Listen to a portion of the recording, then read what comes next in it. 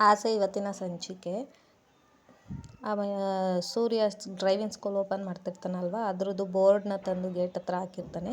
ಅದಕ್ಕೆ ಮೀನಾ ಪೂಜೆ ಮಾಡ್ತಾ ಇರ್ತಾಳೆ. ಆಗ ಸೂರ್ಯ ಅವ್ರ ಅಪ್ಪನ ಬಾ ಬಾ ಬಾ ಅಂತ ಕರ್ಕೊಬರ್ತಾ ಇರ್ತಾನೆ. ಯಾಕೋ ಅಂತ ಹೇಳ್ತಾ ಇರ್ತಾರೆ. ಬಾರಪ್ಪ ನೋಡಪ್ಪ ಇಲ್ಲಿ ಬಾರಪ್ಪ ಅಂತ ಕರಿತಾ ಇರ್ತಾನೆ. ಆಮೇಲೆ ಬಂದು ಈಚೆಗಡೆ ಎಲ್ಲರೂ ಬರ್ತಾರೆ. ಎಲ್ಲರೂ ಬಂದು ನೋಡ್ತಾ ಇರ್ತಾರೆ. ಮೀನಾ ಪೂಜೆ ಮಾಡ್ತಾ ಇರ್ತಾಳೆ. ಇದೇನಯ್ಯ ನನ್ನ ಹೆಸ್ರಲ್ಲಿ ಶುರು ಮಾಡಿದ್ಯಾ ಅಂತ ಡ್ರೈವಿಂಗ್ ಸ್ಕೂಲ್ನ ಅವ್ರ ಅಪ್ಪನ ಹೆಸ್ರಲ್ಲಿ ಶುರು ಮಾಡಿರ್ತಾನೆ. ಹೌದಪ್ಪ ಅಂತ ಅಂತಾನೆ. ಸೈಡ್ಗೆ ಹೋಗು ಸಕ್ಕರೆ ಅಂತ ಅವಳನ್ನ ಇದು ಮಾಡ್ತಾನೆ, ಅವ್ರ ಅಮ್ಮನ್ನ. ಹ್ಞೂನಪ್ಪ, ಪೂಜಾರನ್ನ ಕೇಳಿದೆ ಯಾವ ಹೆಸ್ರು ಇಟ್ಟರೆ ಒಳ್ಳೇದು ಅಂತ. ನಿಮ್ಮನೆ ದೇವ್ರ ಹೆಸ್ರು ಇಡು ಅಂತ ಅಂದರು, ಅದಕ್ಕೆ ಇಟ್ಟಿದ್ದೀನಿ ಅಂತ ಹೇಳ್ತಾನೆ ಸೂರ್ಯ. ಆಮೇಲೆ ಎಲ್ಲ ಶ್ರುತಿನೂ ರವಿನೂ ಎಲ್ಲ ಕಂಗ್ರಾಸ್ ಅಂತ ಹೇಳ್ತಾ ಇರ್ತಾರೆ. ಅದಾದಮೇಲೆ ಅವ್ರ ಫ್ರೆಂಡು ಕಾರ್ ತೊಗೊಂಡು ಬರ್ತಾ ಇರ್ತಾನೆ ಒಳಗೆ. ಆಯಿತು ಒಳಗೆ ತೊಗೊಂಡೋಗು ಅಂತ ಸೂರ್ಯ ಹೇಳ್ತಾ ಇರ್ತಾನೆ. ಅದಾದಮೇಲೆ ಸೂರ್ಯ ಏನು ಇಷ್ಟೊತ್ತು ಲೇಟಾಗಿ ಬರೋದು, ನೀ ಪಾರ್ಟ್ನರಾಗಿ ಹಿಂಗೇನೋ ಮಾಡೋದು ಅಂತ ಎಲ್ಲ ಹೇಳ್ತಿರ್ತಾ ಇರ್ತಾನೆ. ಆಗ ಅವನು ಎಲ್ಲ ದುಡ್ಡು ನೀನು ಹಾಕ್ಬಿಟ್ಟು ನನ್ನೇಗೋ ಪಾರ್ಟ್ನರ್ ಮಾಡ್ತಿದ್ದೀಯಾ ಅಂತ ಅವ್ರ ಫ್ರೆಂಡ್ ಹೇಳ್ತಾನೆ. ಆಗ ಅದು ಸೂರ್ಯ ಇದ್ದವನು ದುಡ್ಡಿನ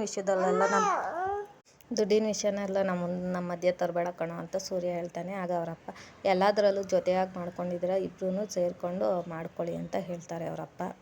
ಅದಾದಮೇಲೆ ಕಾರ್ಗೆ ಹೂವಿನ ಹಾರ ಹಾಕ್ತಾರೆ ಇಬ್ಬರು ಸೇರಿಕೊಂಡು.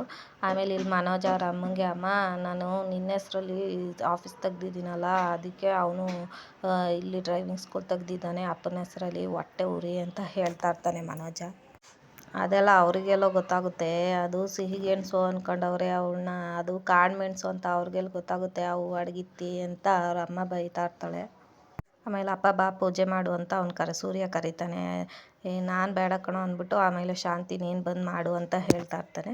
ಅಯ್ಯೋ ನಿಮ್ಮ ಸುಪುತ್ರ ನಿಮ್ಮ ಹೆಸ್ರಲ್ಲಿ ತಾನೇ ಓಪನ್ ಮಾಡಿರೋದು, ನೀವೇ ಮಾಡಿ ಅಂತ ಹೇಳ್ತಾಳೆ ಅವಳು. ನೀನೇ ಹೋಗಿ ಮಾಡು ಅಂತ ಹೇಳ್ತಾ ಇರ್ತಾನೆ. ಅದಕ್ಕೆ ಅದಾದಮೇಲೆ ನೀನು ಅವನ ಮಗ ಅಂತ ಅಂತೂ ಪ್ರೀತಿ ಇದು ತೋರಿಸ್ಲಿಲ್ಲ, ಅಟ್ಲೀಸ್ಟ್ ತಾಯಿ ಅಂತನಾರು ಹೋಗಿ ಪೂಜೆ ಮಾಡು ಅಂತ ಹೇಳ್ತಾರೆ ಅವರಪ್ಪ. ಆಗ ಹೋಗಿ ಪೂಜೆ ಮಾಡ್ತಾಳೆ ಶಾಂತಿ ಅವರು. ಆಮೇಲೆ ಪೂಜೆ ಎಲ್ಲ ಮಾಡಿ ತೆಂಗಿನಕಾಯಿ ಮಂಗಳಾರತಿ ಎಲ್ಲ ಕೊಟ್ಕೊಂಡು ಬರ್ತಾ ಇರ್ತಾರೆ. ಸೂರ್ಯ ಸ್ವಲ್ಪ ಇದಾಗ್ಬಿಟ್ಟು ಕೈ ಮುಗಿತಾನೆ ಅವ್ರ ಅಮ್ಮಂಗೆ. ಅದಾದಮೇಲೆ ಎಲ್ಲರೂ ಕಾಫಿ ಕುಡ್ಕೊಂಡು ಕೂತಿರ್ತಾರೆ. ಅವರಪ್ಪ ಕಾಲ ಅನ್ನೋದು ಬಂದರೆ ಸಮುದ್ರದಲ್ಲಿ ಆಳದಲ್ಲಿರೋ ಮುತ್ತು ಕೂಡ ಮೊಣಕಾಲು ಹತ್ರ ಬಂದು ಕೂತ್ಕೊಳ್ಳುತ್ತೆ ಅಂತ ತಿಳಿದವ್ರು ಹೇಳ್ತಾರೆ. ಅದು ಸೂರ್ಯನ ವಿಷಯದಲ್ಲಿ ನಿಜ ಆಯಿತು ಅಂತ ಹೇಳ್ತಾ ಇರ್ತಾರೆ. ಆಗ ಮನೋಜ ಇದ್ದವನು ಈ ಕಾರು ಮುತ್ತ ಅಂತ ಹೇಳ್ತಾನೆ. ಹೌದು ಮತ್ತೆ ಅಂತ ಅವರಪ್ಪ ಹೇಳ್ತಾರೆ. ಸ್ಕೂಲ್ ಮೆಟ್ಲು ಕೂಡ ಹತ್ತದಲ್ಲೇ ಇರೋನು ಇವಾಗ ಕಾರ್ ಡ್ರೈವಿಂಗ್ ಸ್ಕೂಲ್ ನಡೆಸ್ತಾ ಇದ್ದಾನೆ ಅಂತ ಹೇಳ್ತಾರೆ ಅವರಪ್ಪ. ಇದು ಸಾಧನೆ ಅಲ್ವಾ ಮತ್ತೆ ಅಂತ ಅವರಪ್ಪ ಹೇಳ್ತಾ ಇರ್ತಾರೆ. ಆಗ ಶಾಂತಿ ಇದ್ದವರು, ಇದನ್ನೇ ದೊಡ್ಡ ಸಾಧನೆ ಅಂತಿದ್ದೀರಾ ನೀವು, ನೋಡ್ರಿ ನಮ್ಮ ಮನೋಜನ ಎಷ್ಟು ದೊಡ್ಡ ಆಫೀಸ್ ಇಟ್ಟಿದ್ದಾನೆ ಅಂತ ಹೇಳ್ತಾ ಇರ್ತಾಳೆ. ಅವರಪ್ಪ ಹಾಗೇನೆ ಹೇಳ್ಕೊಂಡು ಇದು ಮಾಡಿ, ಯಾವುದೋ ಸೀಸನಲ್ಲಿ ಹುಟ್ಟಿರೋದು ಇದು, ಅದ್ರ ಬಗ್ಗೆ ಗೊತ್ತಾಗಬೇಕು ಅಂದರೆ ಟೈಮ್ ಬೇಕಾಗುತ್ತೆ ಹಾಗೆ ಹೀಗೆ ಅಂತ ಹೇಳ್ತಾ ಇರ್ತಾರೆ. ಯಾವಾಗಲೂ ಇವ್ನು ಅಂತಾನೇ ಇರಿ ಅಂತ ಶಾಂತಿಯವ್ರು ಹೇಳ್ತಾ ಇರ್ತಾರೆ. ಆಗ ಅವ್ರ ಅಪ್ಪ ಇದ್ದವರು ದೇವಸ್ಥಾನದಲ್ಲಿ ದೇವ್ರಿಗೆ ಏನು ಕೊಡ್ತಾರೆ, ದೇವಸ್ಥಾನದಲ್ಲಿ ದೇವ್ರಿಗೆ ಹೂವು ಹಣ್ಣು ಕಾಯಿ ಅಂತ ಕೊಡ್ತಾರೆ. ಆದರೆ ದೇವಸ್ಥಾನದಲ್ಲಿರೋ ಗಂಟೆಗೆ ಎಲ್ಲರೂ ಅದೇನೇ ಕೊಡೋದಲ್ವಾ, ಹಾಗೆ ನೀನು ಪದೇ ಕೇಳಿದ್ರು ಅದೇನೇ ಮಾಡೋದಲ್ವಾ ಅಂತ ಹೇಳ್ತಾ ಇರ್ತಾನೆ ಅವ್ರ ಅಪ್ಪ. ಆಗ ಮನೋಜ ಇದ್ದವನು, ಅಪ್ಪ 5 ಡಿಗ್ರಿ ಓದಿಸಿದ್ದು ಯಾಕೆ ಹಿಂಗಲ್ಲ ಅನ್ನೋದು ನೀನು ಅಂತ ಹೇಳ್ತಾ ಇರ್ತಾರೆ. ಆಗ ಸೂರ್ಯ ಇದ್ದವನು, ಜ್ವರಕ್ಕೂ 101 ಡಿಗ್ರಿ ಬಂದಿರ್ತದೆ, ಅವಾಗ ಅದಕ್ಕೂ ಪೂಜೆ ಮಾಡಬೇಕಾ ಅಂತ ಹೇಳ್ತಾ ಇರ್ತಾರೆ ಸೂರ್ಯ. ಅದಾದಮೇಲೆ ಅವ್ರ ಅಪ್ಪ ಇದ್ದವರು, ಮೊದಲು ನಿಮ್ಮ ಅಜ್ಜಿಗೆ ಫೋನ್ ಮಾಡಿ ಹೇಳು ಅಂತ ಹೇಳ್ತಾ ತುಂಬ ಖುಷಿ ಪಡ್ತಾರೆ ಅಂತ ಹೇಳ್ತಾರೆ. ಆಯಿತು ನಾನು ಹೋಗೇ ಬಂದುಬಿಡ್ತೀನಿ ಅಂತ ಹೇಳಿ, ಅಷ್ಟು ದೂರ ಏನಕ್ಕೆ ಅಂದ್ಬಿಟ್ಟು ಅವ್ರು ಫೋನ್ ಮಾಡಿ ಹೇಳು ಅಂತ ಅಂದ್ಬಿಟ್ಟು ಅವರಪ್ಪ ಹೇಳ್ತಾರೆ. ಆಯಿತು ಅಂದ್ಬಿಟ್ಟು ಹೇಳ್ತಾನೆ ಸೂರ್ಯ. ಅದಾದಮೇಲೆ ಅವ್ರ ಫ್ರೆಂಡ್ ಇದ್ದವರು, ನಮ್ಮನೆ ತವನು 5-6 ಜನಕ್ಕೆ ಡ್ರೈವಿಂಗ್ ಕಲಿಬೇಕು ಅಂತಿದ್ದಾರೆ, ಅವ್ರನ್ನೂ ಕರ್ಕೊಂಬರ್ತೀನಿ ಕಣೋ ಅಂತ ಹೇಳ್ತಾರೆ. ಆಯಿತು ಕರ್ಕೊಬಾರೋ ಅಂತ ಸೂರ್ಯ ಹೇಳ್ತಾನೆ. ಸೂರ್ಯ ಇದ್ದವನು, ಆಯಿತು ಕರ್ಕೊಬರೋ, ಓದಿರೋರು ಅವರು ಇವರು ಅಂತ ಏನಿಲ್ಲ, ನಮಗೆಲ್ಲರೂ ಒಂದೇ, ಎಲ್ಲನೂ ಕರ್ಕೊಬಾ ಅಂತ ಹೇಳ್ತಾ ಇರ್ತಾನೆ. ಆಗ ಮೀನಾ ಇದ್ದವಳು, ಹಾಗಂದರೆ ಮೊದಲನೇ ಬೋಣಿ ನಂದೇನೆ, ಮೊದಲನೇ ವಿದ್ಯಾರ್ಥಿ ನಾನೇ ಫಸ್ಟು ಅಂತ ಹೇಳ್ತಾ ಇರ್ತಾಳೆ. ಆಗ ಮೀನಾ ಹೇಳ್ತಾ ಇದ್ದಾಗ ಅವ್ರ ಅತ್ತೆ ಇದು, ಏನೇ ಕಾರು ಓಡಿಸೋದು ಕಲ್ತ್ಕೊಳ್ತೀಯಾ ಅಂತ ಹೇಳ್ತಾನೆ. ಹ್ಞೂ ಅತ್ತೆ ಅಂತ ಹೇಳ್ತಾ ಇರ್ತಾರೆ. ಏನು ಕಲ್ತ್ಬಿಟ್ಟು ಹೂ ಮಾರೋಕ್ಕೆ ಕಾರಲ್ಲಿ ಹೋಗ್ತೀಯಾ ಅಂತ ಹೇಳ್ತಾರೆ. ಆಗ ಸೂರ್ಯ ಇದ್ದವನು, ಓಡಿಸ್ಲಿ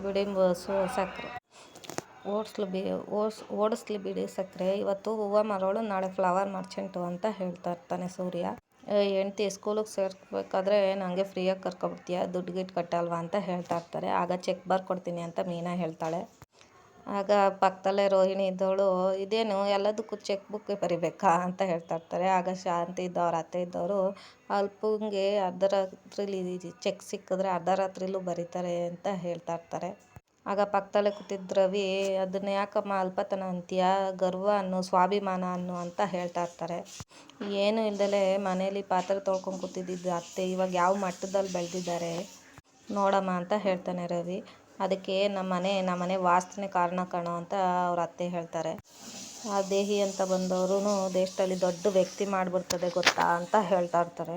ಅದಾದಮೇಲೆ ಮೀನಾ ಚೆಕ್ ಬುಕ್ಕಲ್ಲಿ ಚೆಕ್ ಬರ್ದು ಕೊಡ್ತಾಳೆ. ಅದಾದಮೇಲೆ ಸೂರ್ಯ ಮೊದಲನೇ ಬೋಣೆ ಆಗೋಯ್ತಪ್ಪ ಅಂತ ಹೇಳ್ತಾನೆ.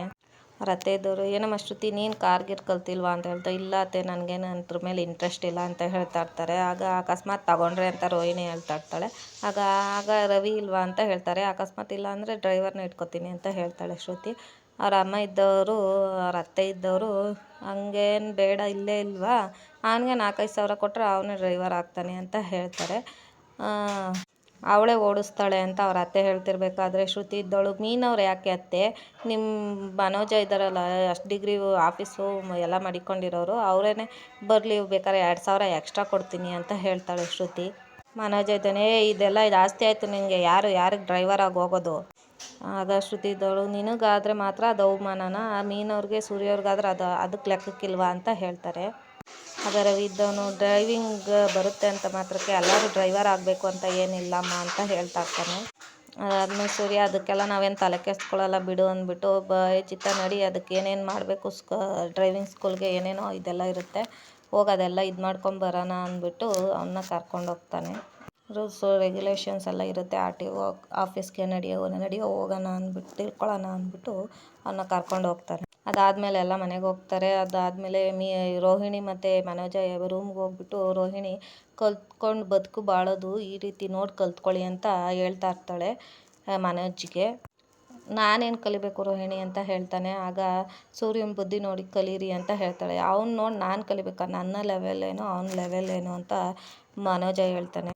ನಾನು ಓದಿರೋದನ್ನ ಓದೋಕ್ಕಲ್ಲ, ನಾನು ಏನು ಓದಿದ್ದೀನಿ ಅದನ್ನು ತಿಳ್ಕೊಳ್ಳೋಕ್ಕೆ ಅವ್ನಿಗೊಂದು ವರ್ಷ ಬೇಕು ಅಂತ ಹೇಳ್ತಾ ಇರ್ತಾನೆ. ಪ್ರಯೋಜನ ಏನು, ಸುಮ್ಮನೆ ವಿದ್ಯಾವಂತ ಅನ್ನಿಸ್ಕೊಂಡ್ರೆ ಏನು ಪ್ರಯೋಜನ, ಆ ವಿದ್ಯೆನ ಸರಿಯಾಗಿ ಉಪಯೋಗ ಮಾಡ್ಕೊಳ್ಳೋಕ್ಕೆ ಗೊತ್ತಿರಬೇಕು. ಒಂದು ಡ್ರೈವಿಂಗ್ ಸ್ಕೂಲ್ ಇಟ್ಟವರು RTO ರಿಜಿಸ್ಟ್ರು ಎಲ್ಲ ಏನೇನೋ ಮಾತಾಡ್ತಿದ್ದಾರೆ. ನೀವು ಸ್ವಲ್ಪ ಬುದ್ಧಿ ಉಪಯೋಗಿಸಿದ್ರೆ ನಾವು GST ವಿಷಯದಲ್ಲಿ ಮೋಸ ಹೋಗ್ತಾ ಇರಲಿಲ್ಲ. ಅದು ಯಾರಿಗೋ 30 ಲಕ್ಷ ಕೊಟ್ಟು ಕೈ ಸುಟ್ಕೋತಾ ಇರಲಿಲ್ಲ. ಬಾಯಿ ಬಿಟ್ಟರೆ 5 ಡಿಗ್ರಿ ಏನ್ರಿ ಪ್ರಯೋಜನ ಅದರಲ್ಲಿ. ಅದಾದಮೇಲೆ ಅವನು ಟ್ರಾಫಿಕ್ ಪೊಲೀಸ್ ಇರ್ತಾನಲ್ಲ, ಅವನು ಎಲ್ಲ ಅಲ್ಲಿ ಕನಕ ಗಾಡಿ ಓಡಿಸ್ಕೊಂಬರ್ತಾ ಇರ್ತಾಳೆ. ಆದರೆ ಹೆಲ್ಮೆಟ್ ಹಾಕಿರಲ್ಲ. ಆ ಹೆಲ್ಮೆಟ್ ಹಾಕಿಲ್ಲ ಅಂದ್ಬಿಟ್ಟು ಫೈನ್ ಕಟ್ಟಿ ಅಂತ ಹೇಳ್ತಾರೆ. ನಾನು ಹೇಗಿದ್ದಾರೆ ನಿಮ್ಮ ಅಮ್ಮ, ಹೇಗಿದ್ದೀರಾ ಅಂತ ಕೇಳ್ತಾ ಇರ್ತಾಳೆ. ಯಾಕೆ ಹೆಲ್ಮೆಟ್ ಹಾಕಿಲ್ಲ ನೀವು ಅಂತ, ಇದು ಟ್ರಯಲ್ ನೋಡೋಣ ಅಂತ ತಂದೆ, ನನ್ನ ಫ್ರೆಂಡು ಅಷ್ಟೇ ಅಂತ ಹೇಳ್ತಾ ಇರ್ತಾಳೆ. ಆಗ ಯಾರ್ದಾದ್ರೇನು ನೀವು ಹೆಲ್ಮೆಟ್ ಹಾಕೊಂಬರ್ಬೇಕಲ್ವ, ರೋಡಲ್ಲಿ ಹೇಗಾಗುತ್ತೆ ಏನೋ ವಿಷಯ ಗೊತ್ತಾಗಲ್ವ ನಿಮಗೆ, ಏನಾರು ಆಕ್ಸಿಡೆಂಟ್ ಆದರೆ ಮೊದಲು ತಲೆಗೆ ಹಿಟ್ಟಾಗೋದು, ಅದಕ್ಕೆ ಹೆಲ್ಮೆಟ್ ಹಾಕೋಬೇಕು ಅಂತೆಲ್ಲ ಹೇಳ್ತಾ ಇರ್ತಾನೆ. ಆಯಿತು ರೀ, ಅದು ಇದು ಮಾಡ್ಕೊಂಡು ತರಲಿಲ್ಲ ಅಷ್ಟೇ ಅಂತ ಹೇಳ್ತಾ ಇರ್ತಾಳೆ. ಇಲ್ಲ ಫೈನ್ ಕಟ್ಟಿ ಅಂದ್ಬಿಟ್ಟು ಅವ್ರಿಗೆ ಫೈನ್ಗೆ ಇದು ಬರ್ಕೊಡು ಅಂತ ಹೇಳ್ತಾರೆ. ಆಮೇಲೆ ಇಲ್ಲ ರೀ ಅಂತ ಹೇಳ್ತಾ ಇರ್ತಾಳೆ. ಆಯಿತು ನಾನೇ ಕೊಡ್ತೀನಿ ಬಿಡು ಅಂತಂದಾಗ, ಬೇಡ ಬಿಡಿ ನಾನೇ ಕೊಡ್ತೀನಿ ಅಂದ್ಬಿಟ್ಟು ಹೋಗಿ ಅವಳೇ ಫೈನ್ ಕಟ್ತಾಳೆ. ಅದಾದಮೇಲೆ ಮನೆಗೆ ಬಂದಮೇಲೆ ಮನೆಗೆ ಅವ್ರ ಅಪ್ಪ ಹೊರಡ್ತಾ ಇರ್ತಾರೆ. ಹೊರಟ್ರಾ ಅಂತ ಶಾಂತಿ ಅವರು ಕೇಳ್ತಾರೆ. ಆಮೇಲೆ ಮೀನಾ, ಮಾವ ಹೊರಟ್ರಾ, ಕಾಫಿ ಏನಾರು ಮಾಡಿಕೊಡ್ಲಾ ಅಂತ ಕೇಳ್ತಾ ಇರ್ತಾಳೆ. ಶಾಂತಿ ಇದ್ದವರು, ನೀನು ಹೊರಗಡೆ ಹೋಗೋದಾದರೆ ಖಾರವಾಗಿ ಹುಣಸೆ ತಗೊಂಬ, ಅದು ತಿಂದು ನಾಲ್ಗೆ ಇದಾಗ್ಬಿಟ್ಟಿದೆ ಅಂತ ಹೇಳ್ತಾರೆ. ಅದಾದಮೇಲೆ ಅವ್ರ ಫ್ರೆಂಡು ಕೇಶವ ಬರ್ತಾ ಇರ್ತಾರೆ ಹತ್ಕೊಂಡು. ಯಾಕೋ ಕೇಶವ ಏನಾಯಿತೋ ಏನೋ ಆಯಿತೋ, ರಂಗ ಅಂದ್ಕೊಂಡು ಬರ್ತಾ ಇರ್ತಾರೆ. ಯಾಕೋ ಕೇಶವ ಏನಾಯಿತು, ಬಾರೋ ಕೂತ್ಕೋ ಅಂತ ಕರೆದು ಕುಂಡಿಸ್ಕೊತಾರೆ. ಏನಾಯಿತು ಕೇಶವ, ಏನಾಯಿತು ಅಂತನಾರು ಹೇಳೋ ಅಂತ ಹೇಳ್ತಾ ಇರ್ತಾರೆ. ಆಗ ಮೀನಾ ರೀ ಅಂತ ಕರಿತಾಳೆ. ಏನೇನಿಂದು ಅಂತ ಸೂರ್ಯನೂ ಬರ್ತಾನೆ. ಸೂರ್ಯ ನೋಡ್ಬಿಟ್ಟು, ಅಂಕಲ್ ಏನಾಯಿತು, ಯಾಕೆ ಅಳ್ತಾ ಇದ್ದೀರಾ ಅಂತ ಕೇಳ್ತಾರೆ. ಅವ್ರು ಹೋಯ್ತು ಅಂದ್ಕೊಂಡು, ಏನಾಯಿತು ಕರೆಕ್ಟಾಗಿ ಹೇಳು, ಮೊದಲು ಕಣ್ಣೀರು ಒರೆಸ್ಕೊಂಡು ಏನಾಯ್ತು ಹೇಳು, ಹೆಂಡ್ತಿ ಚೆನ್ನಾಗಿದ್ದಾರಾ ಅಂತ ಸೂರ್ಯ ಅವ್ರ ಅಪ್ಪ ಕೇಳ್ತಾರೆ. ಈಗಷ್ಟೇ ಚೇತರಿಸ್ಕೊತವ್ರೆ ರಂಗ ಅಂತ ಅವ್ರು ಹೇಳ್ತಾರೆ. ಆದರೆ ಎತ್ತ ಮಗಳು ಈ ರೀತಿ ದ್ರೋಹ ಮಾಡ್ತಾಳೆ ಅಂತ ನನಗೆ ಗೊತ್ತಿರಲಿಲ್ಲ ಅಂತ ಹೇಳ್ತಾ ಇರ್ತಾರೆ. ಯಾರು ಕೇಶವ, ಭೈರವಿನ ಭವಾನಿನ ಅಂತ ಕೇಳ್ತಾ ಇರ್ತಾರೆ. ಭವಾನಿ ಅವಳು ಲೆಟ್ರು ಬರೆದಿಟ್ಟು ಇದು ಮಾಡ್ತಿದ್ದಾಳೆ ಅಂತ ಲೆಟ್ರನ್ನ ಕೊಡ್ತಾರೆ ನೋಡು ಅಂತ. ಆಗ ಮೀನಿಗೆ ಕೊಡ್ತಾನೆ ಸೂರ್ಯ. ಪ್ರೀತಿ ಅಪ್ಪ, ನೀವು ನನಗೆ ಹೇಳ್ದೆ ಕೇಳದೆ ಮದುವೆ ರೆಡಿ ಮಾಡಿದ್ರಿ, ಆದರೆ ನಾನು ಯಾರೋ ಒಬ್ಬರನ್ನ ಪ್ರೀತಿಸ್ತಾ ಇದೆ ಅಂತ ಹೇಳಿ ಲೆಟ್ರಲ್ಲಿರುತ್ತೆ. ಮುಂದೆ ನಿಂತು ಈ ವಿಷಯ ಹೇಳೋದಕ್ಕೆ ನನಗೆ ಧೈರ್ಯ ಇರಲಿಲ್ಲ. ಅದಕ್ಕೋಸ್ಕರ ನಾನು ಅವನ ಜೊತೆ ಹೋಗಿ ಮದುವೆ ಆಗ್ತಾಯಿದ್ದೀನಿ. ನಾನು ಎಲ್ಲೇ ಇದ್ದರೂ ನಿಮ್ಮ ಮೇಲೆ ಪ್ರೀತಿ ಇಟ್ಕೊಂಡಿರ್ತೀನಿ. ನೀವು ಎಲ್ಲೇ ಇದ್ರೂ ಪ್ಲೀಸ್ ನಮ್ಗೆ ಆಶೀರ್ವಾದ ಮಾಡಿ ಅಂತ ಬರೆದಿರುತ್ತೆ. ಇಂತಿ ನಿಮ್ಮ ಭವಾನಿ ಅಂತ ಇರುತ್ತೆ. ಆಗ ಸೂರ್ಯ ಬೈತಾ ಇರ್ತಾನೆ, ಥೂ ನಿನ್ನ ಅಂತ ಬೈತಾ ಇರ್ತಾನೆ. ಚಾಕ್ಲೇಟ್ ಬೇಕು ಅಂದಾಗಪ್ಪ, ಬಿಸ್ಕೆಟ್ ಬೇಕು ಅಂದಾಗಪ್ಪ, ಸ್ಕೂಲ್ ಅಡ್ಮಿಷನ್ ಕಟ್ಟಕ್ಕೆ, ಕಾಲೇಜ್ ಫೀಸ್ ಕಟ್ಟಕ್ಕಪ್ಪ, ಬಟ್ಟೆಗೆ ಬರೆಗೆ ಎಲ್ಲದಕ್ಕೂ ಅಪ್ಪ ಬೇಕು, ಆದರೆ ಫೀಸಕ್ಕೆ ಮಾತ್ರ ಬೇರೆಯವ್ರ ಅಂತ ಹೇಳ್ತಾ ಇರ್ತಾನೆ. ಆಗ ಶಾಂತಿ ಇದ್ದವಳು, ಅಂದರೆ ಭವಾನಿ ಯಾರ್ದ್ರ ಜೊತೆ ಓಡೋಗ್ಬಿಟ್ಲಾ ಅಂತ ಕೇಳ್ತಾ ಇರ್ತಾಳೆ. ಕಷ್ಟಪಟ್ಟು ಮಕ್ಕಳನ್ನ ಸಾಕಿದೆ, ಯಾಕಪ್ಪ ಇಷ್ಟು ಕಷ್ಟ ಕೊಟ್ಟೆ ಅಂತ ನಾನೇನು ಕೇಳಲಿಲ್ಲ. ಯಾರು ನಿನ್ನ ಸಾಕು ಅಂತ ಅಂದಿದ್ದು ಅಂತ ಹೇಳಿದ್ರೆ ಚೂರು ಚುಸ್ತಂಗೆ ಆಗುತ್ತೆ ಅಂತ ಹೇಳ್ತಾ ಇರ್ತಾರೆ. ನಾನು ಏನು ದ್ರೋಹ ಮಾಡಿದ್ದೆ ಅಂತ ಆ ದೇವ್ರು ನನಗೆ ಈ ಥರ ಶಿಕ್ಷೆ ಕೊಟ್ಟ ಅಂತ ಕೇಳ್ತಾ ಇರ್ತಾರೆ. ಆಗ ರಂಗನಾಥ್ ಇದ್ದವರು, ನೀನು ಅವ್ರಿಗೆ ಬೇರೆ ಹುಡುಗನ ನೋಡೋದನ್ನ ಹೇಳಿರ್ಲಿಲ್ವಾ, ಅವಳಿಗೆ ಕೇಳಿ ಒಪ್ಪಿಗೆ ತೊಗೊಂಡಿರ್ಲಿಲ್ವಾ ನೀನು ಅಂತ ಕೇಳ್ತಾ ಇರ್ತಾರೆ. ನನ್ನ ಮಗಳು ಪ್ರೀತಿ ಪ್ರೇಮ ಪಾಶದಲ್ಲಿ ಬಿದ್ದು ಹಾಳಾಗ್ತಾಳೆ ಅಂತ ನಾನು ಅನ್ಕೊಂಡಿರ್ಲಿಲ್ಲ.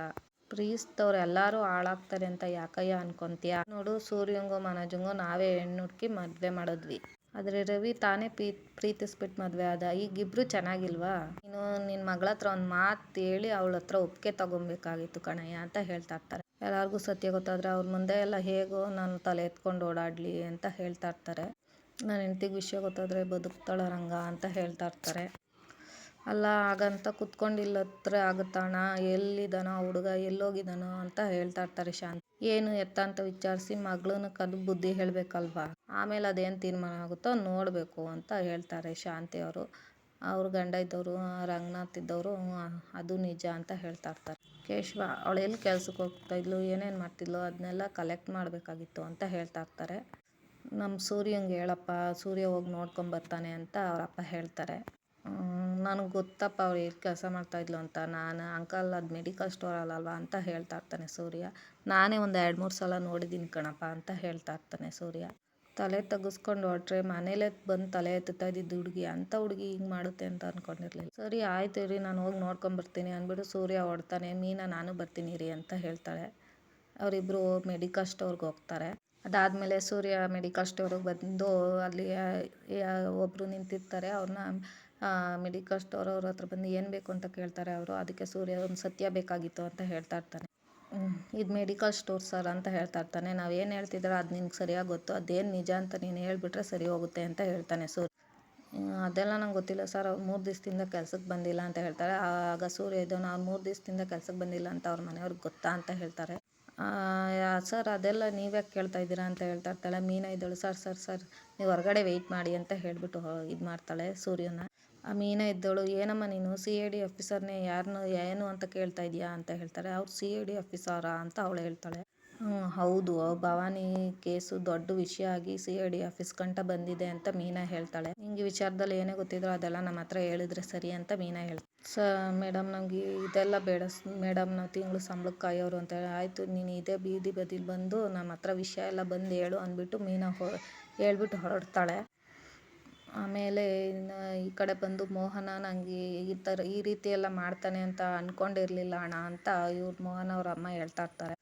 ಒಂದು ಹುಡುಗಿ ಕರ್ಕೊಂಡು ಓಡೋಗಿದ್ದಾನೆ ಅಂತ ಹೇಳ್ತಾ ಇರ್ತಾರೆ. ಈಗತ್ತೇನು ಪ್ರಯೋಜನಮ್ಮ ಅಂತ ಅವರಪ್ಪ ಅಣ್ಣ ಹೇಳ್ತಾ ಇರ್ತಾರೆ. ಅವ್ನು ಮೊದಲೇ ಬಂದು ಒಂದು ಹುಡುಗಿನ ಲವ್ ಮಾಡ್ತಾಯಿದ್ದೀನಿ ಅಂತ ಹೇಳೋನೆ ತಾನೆ ಅಂತ ಹೇಳ್ತಾರೆ. ದೊಡ್ಡ ಮನ್ಸು ಮಾಡಿ ಒಪ್ಕೊಬೇಕಲ್ವಾ ಅಂತ ಹೇಳ್ತಾ ಇರ್ತಾರೆ.